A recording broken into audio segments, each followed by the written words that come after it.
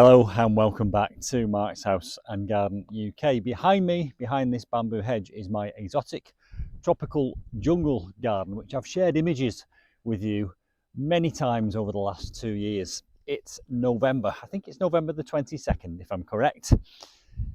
A week ago, this is what this border behind me looked like. It was lush, it was green, it was impressive, lots of huge leaves. Canna Musafolia, Musa Bajdu banana, Tetrapanax. Wonderful, lush, green, exotic jungle planting, as you can see in these images that I'm running now. However, just under a week ago, we had a sudden massive snowfall. When I say massive, I mean massive in terms of what we get in the UK. We had about 5 inches of snow here. Fortunately, the day before that arrived, I'd taken some protection measures in the exotic tropical jungle garden. I'd protected my Musa Bajdu. I'd lifted my Ensete Morillii. So I'd really taken care of the extreme emergency examples and got them into the garage. Unfortunately, just in time, because that night we had that snowfall. I'm going to show you now the results. I'm also going to tell you why it's not a problem. It's just nature doing its thing. Let's go inside and have a look at the exotic tropical jungle border as it stands this morning. So we enter the border or the garden through this gap in this bamboo hedge. In we go. There is my parasol, which I've had to use recently to protect my camera from the rain. So I put the camera on its tripod underneath there. You can see over there that I've protected my tree ferns, and I did a video on that, and I put the link to tree fern protection in the description box below.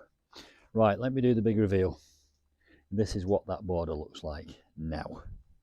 A scene of devastation. This is what water, when it freezes, does to plants, because it gets inside the cells and it turns into ice crystals, and those ice crystals just rupture the cells.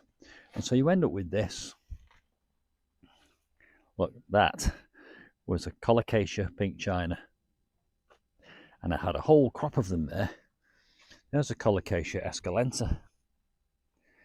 Now that's not hardy, so I'm going to put a thick layer of mulch over that, and hopefully I'll survive. The corm underground will survive. But just look around here, look. This wall was covered in greenery until a week ago, and this is what's happened. Look at the Tetrapanax. Let me just move this Canna Musafolia out of the way. Look at that. It's like seaweed. Just drops on the floor. And look at these wonderful leaves on the Tetrapanax, which was so impressive. Only a week ago, this was up, massive up here, big, great, big, huge plant. And now it's basically a collection of stalks and dead leaves. The roots will survive. The trunk may survive, but these leaves all have to be removed. Canna Musafolia back there, huge, great big canna. It was about 7 foot tall. Let me see if I can demonstrate with a. You can see how big that was. Look at that. Right up there it was, but now again bedraggled. I'm not bothered. This is nature doing its thing. This is what happens every winter. It all dies down. Sometimes I get out here and cut it down before I allow this to happen, but it's died down. Even the Factory Japonicas looking a little bit worse for wear. They were lovely white flowers a week ago, and now they're just a soggy mess. I think these leaves will spring back up when it warms up a bit. The snow, the weight of the snow has done some damage to some of the stems, as you can see just in there. So those leaves will probably succumb. The plant will survive. Right. So what I'm going to do next is I'm going to basically chop all the greenery off right down to ground level. There's my Musa Bajdu bananas. They're protected, and you can see a video on that. Again, I'll put the link to the video in the description box below this. Tree fern has been protected. It's been wrapped like that. Oak leaves in the crown to protect the delicate crown. Everything else in here will be level to the ground, and then I will put a mulch of manure. My neighbour over the side of there has 7 ponies, so I've got a ready supply of manure. I'll put 3 inches at least of manure all the way around this. And that, as it starts to break down, the bacteria will create some warmth and it will break down and it will feed the soil, and so that next year this will spring back into life.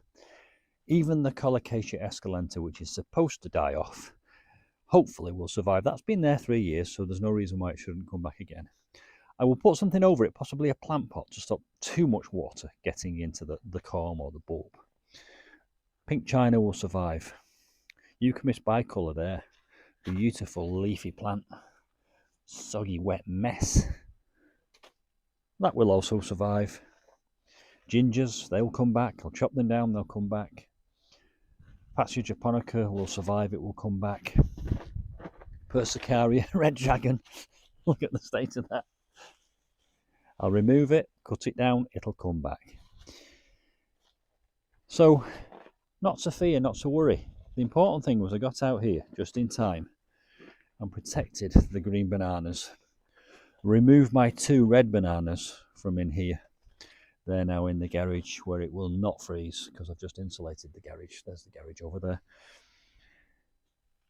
The snow will melt, winter will come again, come and go, and spring will come again.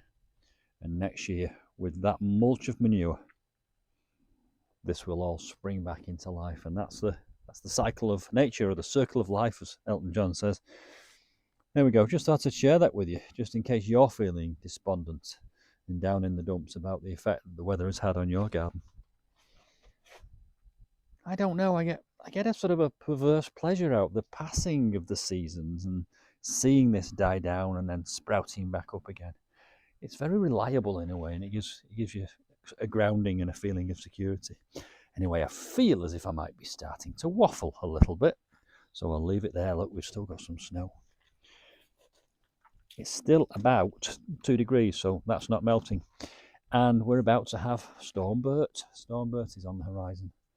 You can see me in the mirror over there. I'm waving goodbye. I'll see you soon for some more house and garden adventures. Bye for now.